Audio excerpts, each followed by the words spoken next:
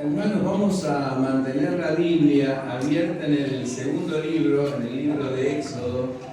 Ustedes saben que estamos reflexionando también en los mensajes sobre el material de la escuela bíblica. Y aunque es un material extenso, vamos a tratar hoy de puntualizar algunas cosas fundamentales. En primer lugar, ¿qué vemos en el Éxodo? Ustedes recuerdan que el pueblo de Israel había entrado a Egipto a través de José y había permanecido allí en la tierra de Gosén. Nos dice la primera parte del capítulo 1 de Éxodo que el pueblo se había multiplicado grandemente, o sea, como señal del favor de Dios sobre el pueblo de Israel. Y se levantó sobre Egipto un nuevo rey que no había conocido a José, dice el versículo 8 del capítulo 1. ¿Qué quiere decir que era un nuevo rey que probablemente no conocía a José? Este nuevo rey, probablemente Ramsés II, no conocía a José. No que no conociera quizá la historia, lo que había ocurrido anteriormente, o sea, desconocía a los israelitas. Él cambiaba de política, reconocía lo que había ocurrido anteriormente. Y dice la palabra que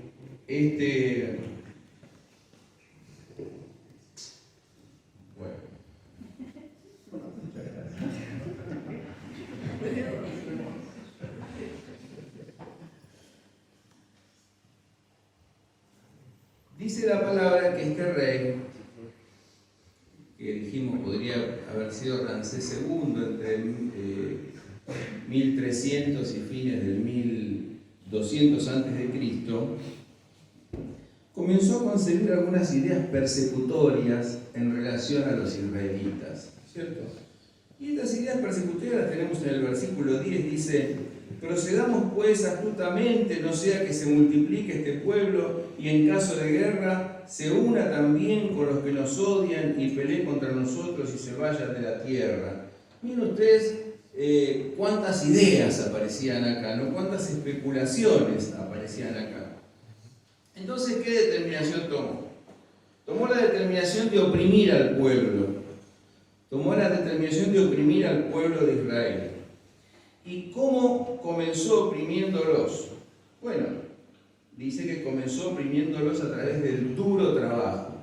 Los enviaba a ciudades como Pitón y Ramsés, a ciudades de almacenaje, a trabajar duramente allí.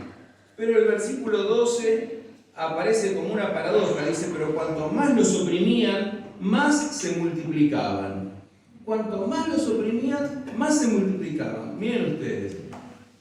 Yahvé, libertador en la batalla. Este es el título que le puse al mensaje de hoy. Yahvé, libertador en la batalla. Cuanto más los oprimían, más se multiplicaban. ¿Por qué? Porque Yahvé triunfa en la batalla. A falta de estos resultados, Faraón ordenó a las parteras, ¿no es cierto?, que mataran a los hijos varones, a los niños varones de los israelitas que nacieran. Pero las parteras temieron a Dios, dice el versículo 18, significa que desobedecieron la orden, obedecieron al Señor y no hicieron esto. Ahora, las parteras se excusaron ante Faraón y dijeron: bueno, a ver ustedes, ¿por qué no hicieron lo que se les mandó? Bueno, porque las mujeres hebreas son robustas, ¿no es cierto?, dice el texto, y dan a luz antes de que la partera llegue a casa. Ingenuamente, Faraón cree lo que dicen las parteras. Nuevamente, Jehová triunfa en la batalla. Finalmente, hay otra cuestión más, donde Faraón ordena echar al río Nilo a todos los niños varones que nacieran. Hermanos, conflictos en la sociedad, en las iglesias, se plantean a veces por estas ideas persecutorias que surgen en la cabeza de algunos líderes. Por ejemplo, recuerdo cuando yo era joven, tendría 30 años, estaba en un retiro de pastores y un pastor ya grande me decía: hay un líder que está tomando mucha relevancia en la iglesia y yo estoy buscando la forma de hacer que no cobre tanta influencia y tanta importancia. ¿Por qué le dije? Bueno, sos un pastor joven, cuando seas más grande lo vas a entender. Pasa en la política, ¿o no? Cuando alguien cobra relevancia, hay otros que tratan de apaciguar eso, ¿no es cierto? Hay matanza de niños, porque acá también había un problema de matanza de niños, ¿no es cierto? Con todas estas ideas globalistas, donde uno de los elementos de la Agenda 2030 es la reducción de la población, basada en especulaciones, yo diría en tonterías, ¿no es cierto? Basada más bien en intereses económicos, se proponen ideologías de género, el aborto, ahora va a estar en el tapete de la eutanasia, ¿no es cierto? Hay también matanza de niños. Es vergonzoso ver cómo crece la pornografía infantil. Es vergonzoso. Hermanos, vivimos ante un escenario que no dista mucho de estas atrocidades que cuenta el libro de Éxodo. Ahora, ante la opresión que sufría Israel y que sufre cualquier pueblo, ¿qué hace Dios? Dios desciende. Dios desciende para liberarlos. ¿Qué maravilla es esto? Dios desciende para liberarlos. En el caso de Israel lo hizo a través de los siguientes pasos. Vamos a nombrar 5 pasos en esta mañana. El primer paso: levanta un líder para liderar al pueblo, para liberar al pueblo. Levanta un líder. Este líder, que obviamente es Moisés, será un levita, de donde venían los sacerdotes. Recordamos que no todos los levitas eran sacerdotes, pero sí los sacerdotes eran levitas. Pero al haber Moisés era un profeta. Es decir, está entre Dios y el pueblo.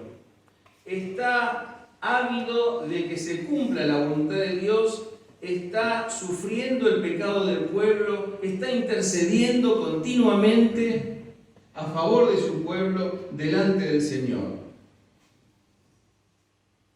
Su madre lo escondió 3 meses, dada la orden del rey de matar a todos los niños varones, y lo colocó en una canastita impermeabilizada, ¿no es cierto?, junto a los juncos a la orilla del Nilo. Su hermana se quedó a cierta distancia para ver qué sucedería. Hebreos 11:23 repara en esta actitud, ¿no es cierto?, en esta actitud de la familia de Moisés. Y dice claramente que fue una actitud que impacta por la fe. La fe siempre implica algún riesgo.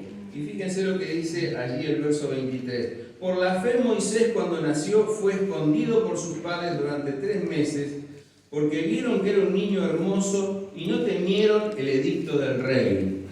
Dice allí en Hebreos 11:23. Fíjense ustedes que a Moisés se lo podía haber comido un cocodrilo, ¿no es cierto? Pero su madre, su hermana, se arriesgaron y lo dejaron allí para salvarlo. La fe siempre implica un elemento de riesgo, ¿no? Dice por allí algún dicho: el que no arriesga no gana. Bueno, es un poco así. La fe implica un elemento de riesgo. La princesa bajó a bañarse, vio al niño, le tuvo compasión y lo adoptó. Al necesitar una nodriza, rápidamente la hermana del niño ofreció a su propia madre, a la madre de Moisés, ¿para qué? Para que lo amamante.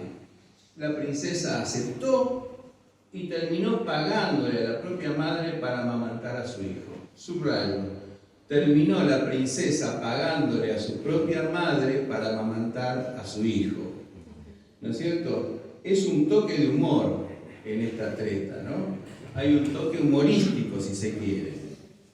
¿Por qué? Porque Yahvé triunfa en la batalla. Yahvé triunfa en la batalla.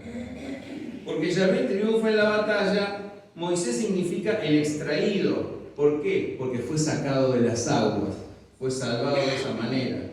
Nuevamente Faraón es burlado por Dios, así como en la historia de las parteras, donde creyó lo que las parteras le habían dicho.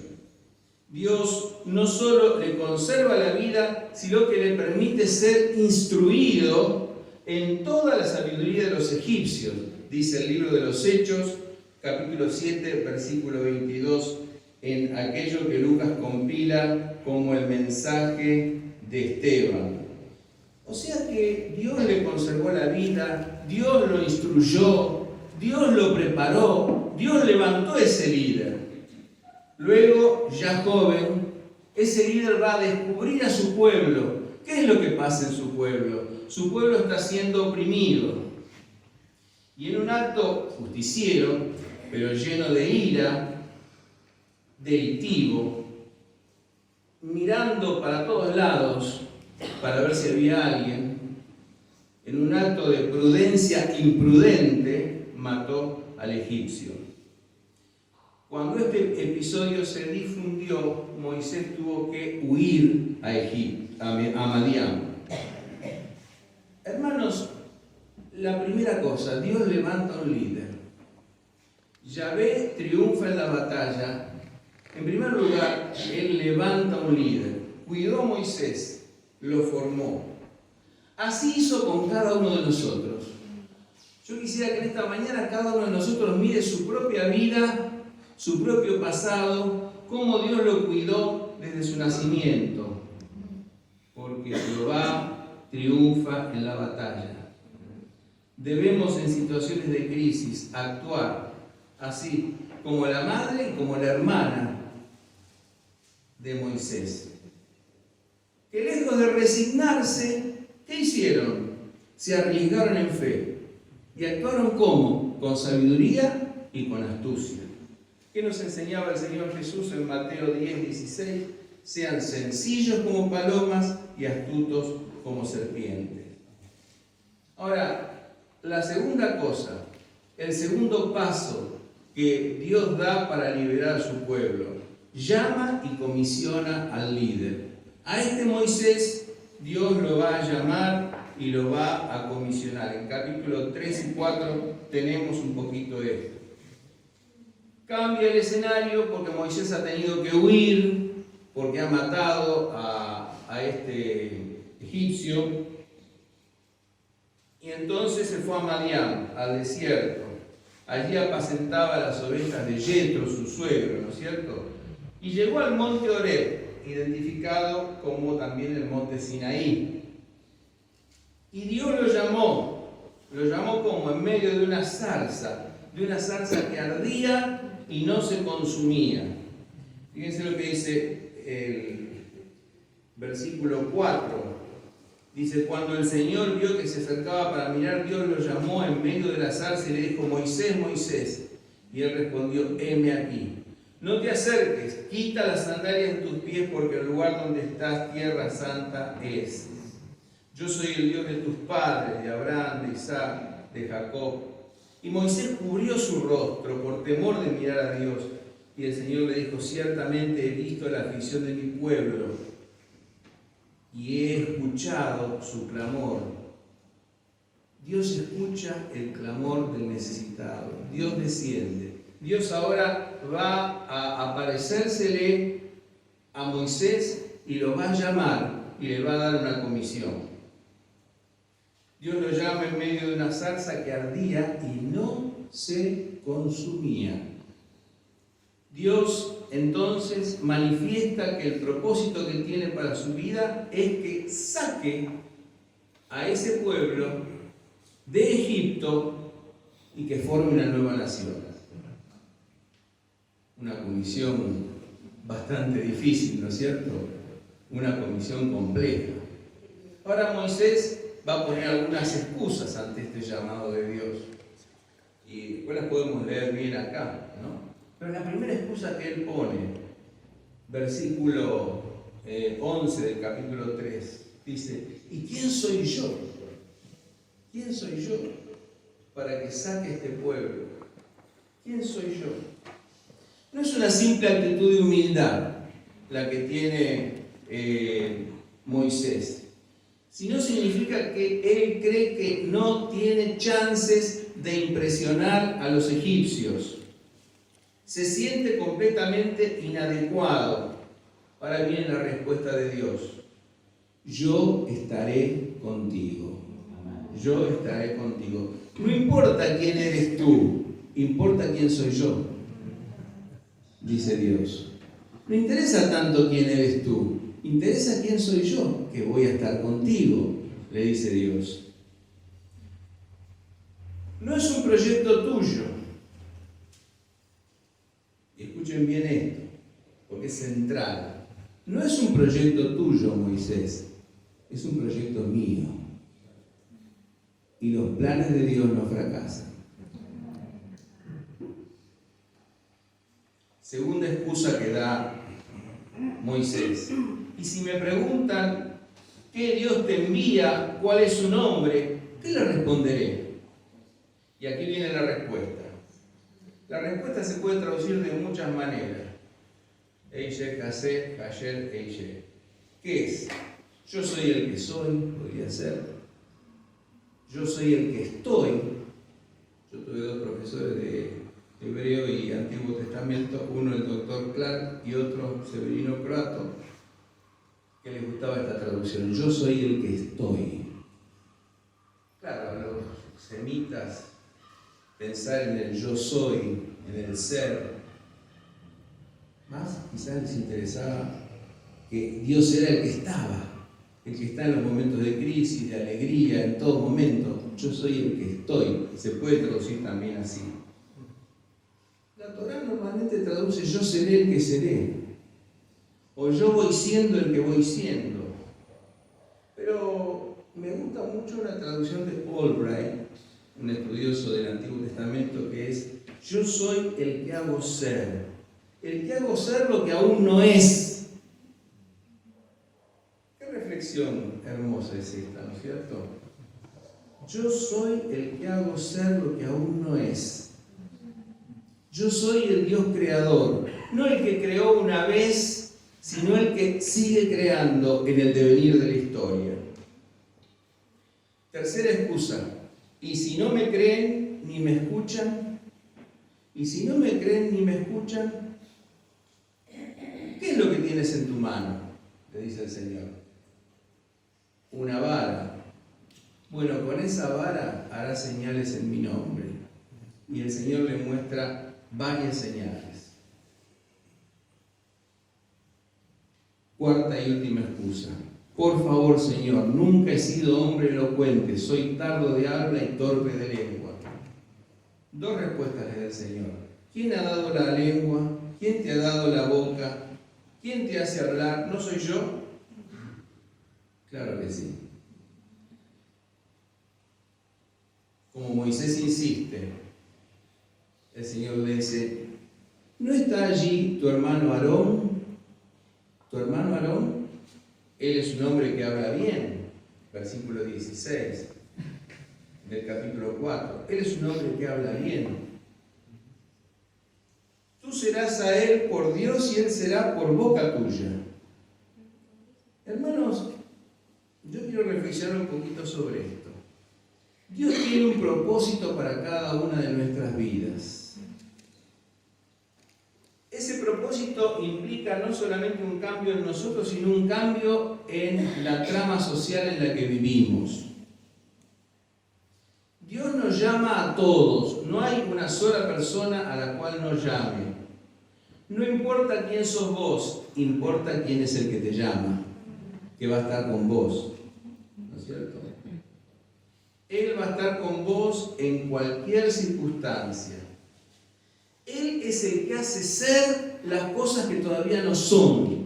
Esto nos mueve a la esperanza, esto nos mueve a ir hacia adelante. Él es el que hace ser las cosas que todavía no son.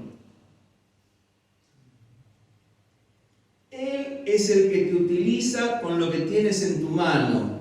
No necesitas mucho más. Moisés tenía una vara. Bueno, Dios lo iba a utilizar con esa vara para hacer señales, maravillas y prodigios. Dios es el que no te manda solo. Y así como Jesús mandó a los discípulos de 2 en 2, Él no te manda solo.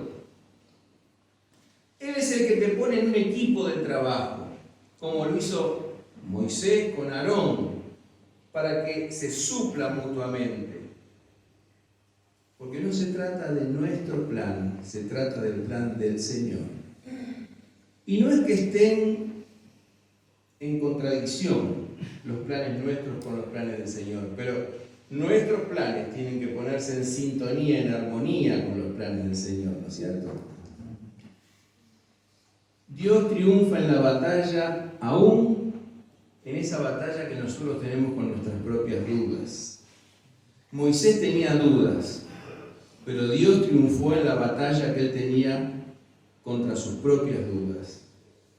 Finalmente Moisés dijo sí al llamado de Dios y aceptó el desafío y fue a Egipto y encaró al faraón, por supuesto, infructuosamente. El faraón ya era otro, pero la política era exactamente la misma. En Hebreos 12, 24, leemos también un texto bastante interesante que nos habla acerca de la fe. Cuando nosotros vemos allí todo el tema de los héroes de la fe, bueno, allí tenemos entonces en el capítulo 12, versículo 24, lo siguiente.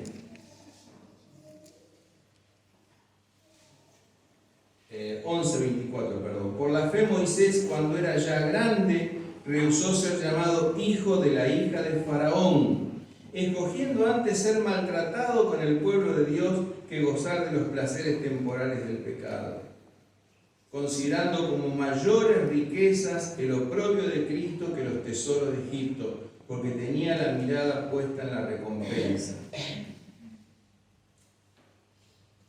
Hermanos, qué elección la de Moisés, ¿no es cierto? Cuando uno elige algo, pierde algo, pero gana otras muchas cosas. Bueno, allí está entonces. Allí está entonces. Para cumplir con el plan de Dios es necesario que salgamos de nuestra zona de confort. Allí estaba en su zona de confort, ¿quién? Moisés, en el palacio. Pero él abandonó esto, ¿para qué? Para sufrir los oprobios de Cristo.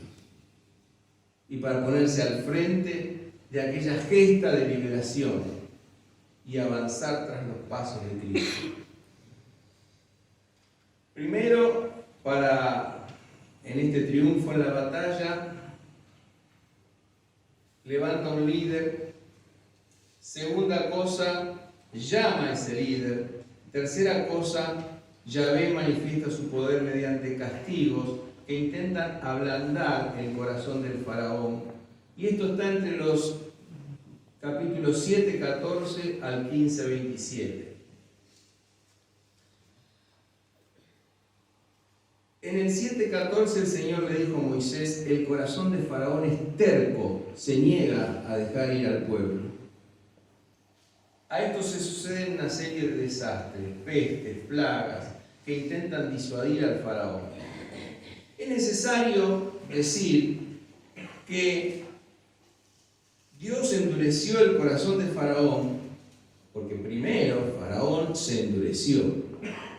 Primero fue Faraón quien se endureció contra el Señor. Ahora el Señor va a tratar con Faraón a través de Moisés y Aarón de distintas maneras. Faraón amaga dejar salir a los hijos de Israel, pero después pone condiciones. dice que sí, después se arrepiente, da un paso para adelante, da otro paso para atrás. Poco a poco los daños aumentan sobre Egipto, pero Faraón se obstinaba y quería negociar con Moisés y Aarón sin reconocer el señorío de Dios, sin reconocer la autoridad de Dios. Hermanos, una pequeña reflexión acerca de esto. Mientras no reconozcamos el señorío de Dios sobre nuestras vidas, vamos a malograr nuestra vida. Y vamos a arruinar la vida de los que nos rodean. Es necesario reconocer el señorío de Dios sobre nuestras vidas.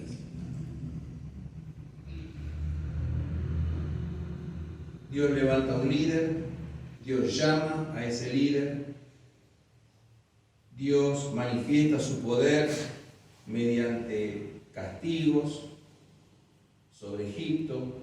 En cuarto lugar, Dios preserva a los primogénitos de Israel de la muerte. Y ahí llegamos al capítulo 12. En el capítulo 12 se relata la institución de la Pascua. Pascua significa paso, el Pesaj, ¿no es cierto? El paso. El paso de Egipto al desierto. El paso por el Mar Rojo. Ahora, el ángel del Señor pasaría hiriendo a todo primogénito sobre la tierra de Egipto. Los hijos de Israel debían sacrificar un cordero macho sin defecto de 1 año de edad la noche del 14 de Nisán. Al anochecer entonces, con la sangre del cordero debían pintar los postes laterales y el poste transversal de las casas, los dinteles.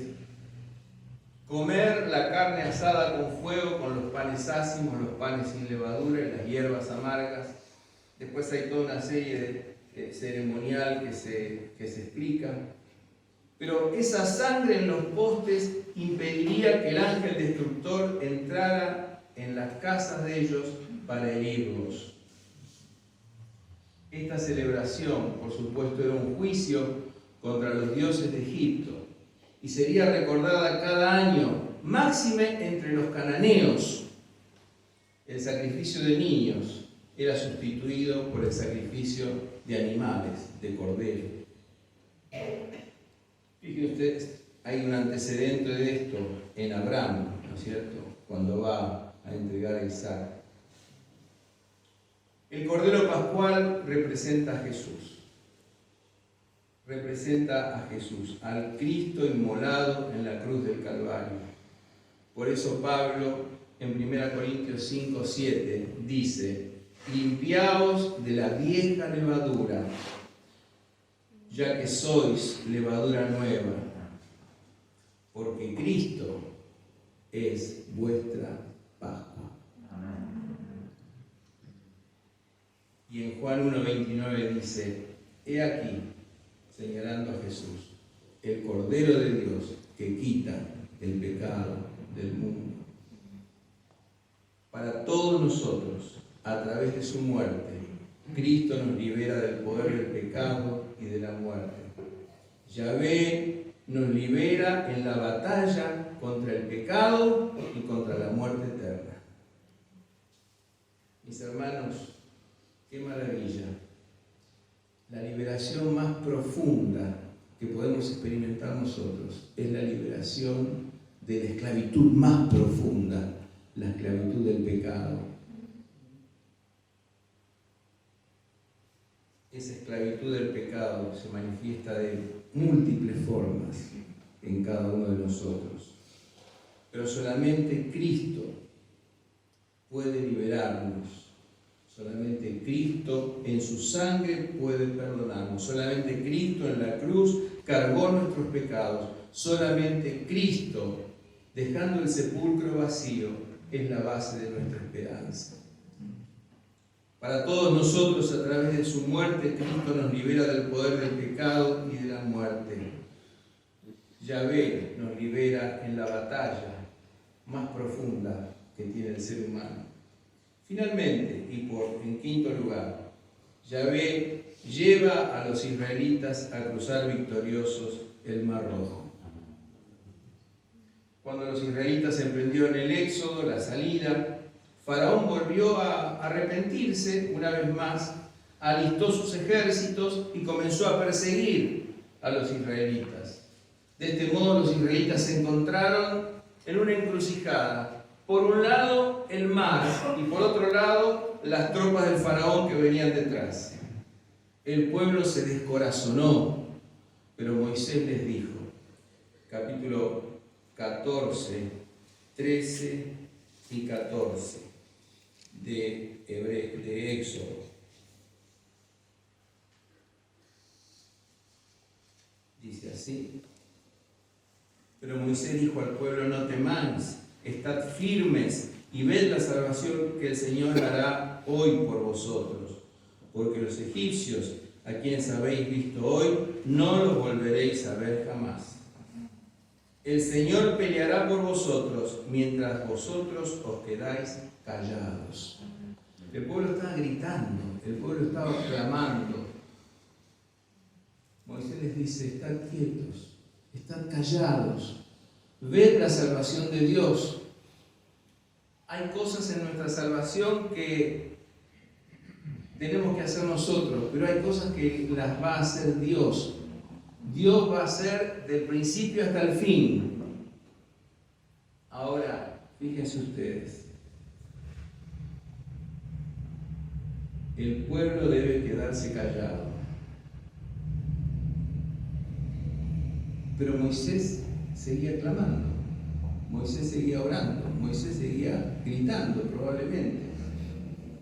Y entonces el Señor le dice a Moisés, versículos 15 y 16. Entonces dijo el Señor a Moisés: ¿por qué clamas a mí? Di a los hijos de Israel que marchen, y tú levanta tu vara y extiende tu mano sobre el mar y divídelo, y los hijos de Israel pasarán por el medio del mar sobre tierra seca. Basta de clamar, Moisés. Basta de orar, Moisés. Ponte en marcha. Extiende tu vara. Haz aquello que tienes que hacer. Hay tiempo para orar y hay tiempo para actuar. Y el pueblo entonces pasó seguro por el Mar Rojo. Moisés les dijo: Dios peleará por vosotros y vosotros estaréis callados, a un pueblo clamoroso. Era hora de que Dios actuara. Nosotros estamos llamados a pasar de la esclavitud, de la servidumbre, a la libertad gloriosa de los hijos de Dios. Cristo vino para hacernos verdaderamente libres. Si el Hijo os libertare, seréis verdaderamente libres. Ya no hay más faraón, ya no hay más servidumbre, ya no hay más tierra de esclavitud, porque Dios nos llama a pasar a una nueva vida y a una gloriosa esperanza, camino a Canaán. Yahvé nos liberta en la batalla. Ahora yo quiero hacer dos llamados hoy. El primer llamado tiene que ver con aquellas personas que nunca recibieron a Jesús como su único y suficiente Salvador personal. ¿Saben ustedes? La sangre de Cristo nos limpia de todo pecado. Si usted quiere que el ángel de la muerte pase de largo sobre los postes de su vida, de su casa, si usted quiere ser liberado de la muerte y del pecado, yo le digo hoy: ponga su fe en Jesucristo. Amén. Dice la Escritura que Moisés, en medio de esa situación, puso su fe en el Señor y se mantuvo como viendo al invisible. Usted hoy tiene que cerrar los ojos y mirar la cruz de Cristo, porque el Señor Jesucristo La sangre del Señor Jesucristo nos limpia de todo pecado. Y sus brazos abiertos nos abrazan para hacernos hijos suyos, para llevarnos al Padre, para que vivamos una vida nueva, para que pasemos de la esclavitud del pecado a una vida libre. Y yo pregunto, ¿habrá alguien en esta mañana que quiere hacer esta decisión? La decisión de poner su fe en el Señor Jesucristo como Señor y como Salvador de su vida. Alguien que quizás nunca lo haya hecho antes, pero hoy dice: Dios mío, yo quiero dejar todo lo que me aparta de ti. Yo hoy me postro ante la cruz del Calvario. Quiero dejar allí la bolsa, la carga de mi pecado, y quiero comenzar una nueva vida contigo. Quiero cruzar el Mar Rojo hacia una tierra de esperanza, hacia una vida nueva, hacia una libertad nueva. ¿Habrá alguien que quiere hoy recibir a Jesús en su corazón como Señor y Salvador personal? Yo le pido que lo indique con su mano en alto para que yo ore por usted. Quisiera orar por aquella persona, hombre, mujer, joven, que quizás por primera vez hoy quiere recibir a Cristo como su Señor y Salvador. Señor significa dueño, como su dueño. Para decir: ya no vivo yo, mas vive Cristo en mí. Puede haber luchas en su vida. Quizás usted está luchando, así como Moisés le hacía preguntas a Dios. Pero la invitación es clara. Jesús lo llama a seguirlo como Señor y como Salvador. ¿Habrá alguien que hoy quiere arrepentirse de sus pecados y poner su fe en Cristo Jesús para comenzar a seguirlo de todo su corazón? Por favor, levante su mano. Yo quiero orar por usted.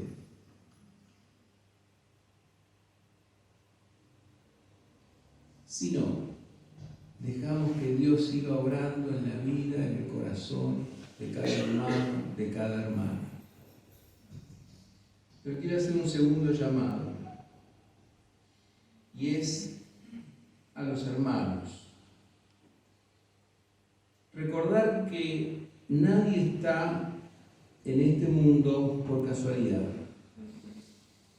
Recordar que Dios nos ha protegido desde nuestro nacimiento, nos ha formado a cada uno de distintas maneras, cada uno puede contar su propia experiencia, pero que Él tiene un plan y que Dios quiere que usted y yo nos unamos a ese plan suyo.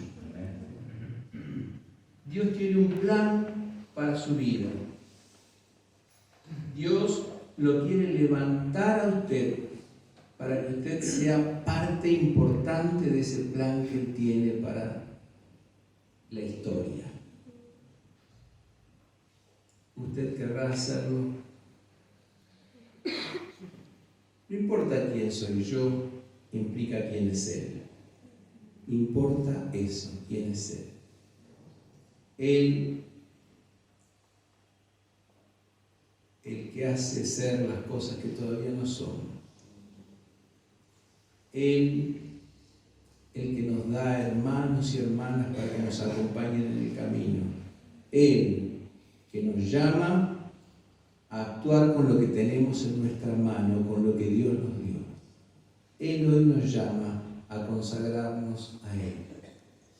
Usted querrá hoy decir: yo quiero dejarme de medias tintas. Yo hoy quiero realmente servir de todo mi corazón al Señor. Yo hoy quiero dejar de ser un cristiano tibio. Quiero ser un seguidor de Cristo que lo sigue con todo su corazón y que está dispuesto a servirlo con todo su corazón. ¿Querrá usted decirle esto al Señor hoy?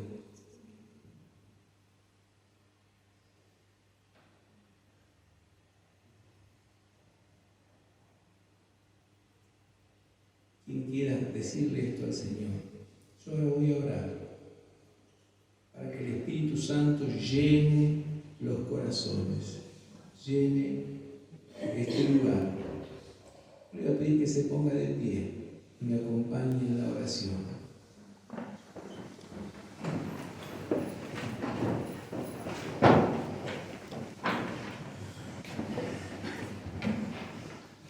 Señor y Dios, así como tú llamaste a Moisés, así nos llamas a cada uno de nosotros en esta mañana. Te damos gracias. Te damos gracias porque nos has preservado hasta aquí. Hasta aquí nos has ayudado, hasta aquí nos has perdonado, hasta aquí nos has dado oportunidades. Señor, cuántas cosas tenemos en nuestra mano. Nosotros queremos, en el nombre del Señor Jesucristo, servirte, hacer señales, maravillas y prodigios en el nombre de Jesús. Queremos unirnos a tu plan. Queremos decir como el apóstol Pablo, ya no vivo yo, mas vive Cristo en mí, y lo que ahora vivo en la carne, lo vivo en la fe del Hijo de Dios, el cual me amó y se entregó a sí mismo por mí. Señor, tu iglesia hoy se presenta ante ti, se arrodilla ante la cruz del Calvario y pide que tu Espíritu descienda, llene los corazones y realmente cada uno de nosotros podamos estar en el altar de la consagración y en el servicio al cual nos llamas. Oh Señor, te pido en el nombre de Jesús que cada uno de los que aquí estamos podamos pensar a qué nos está llamando, cómo podemos unirnos a tu plan. Señor, ¿qué quieres que haga? Como le preguntó Pablo al Señor en el camino de Damasco. Señor, ¿qué quieres que haga? Es lo que te pedimos hoy, es lo que te preguntamos hoy y es lo que estamos dispuestos a hacer hoy. En el nombre de Jesús. Amén y amén.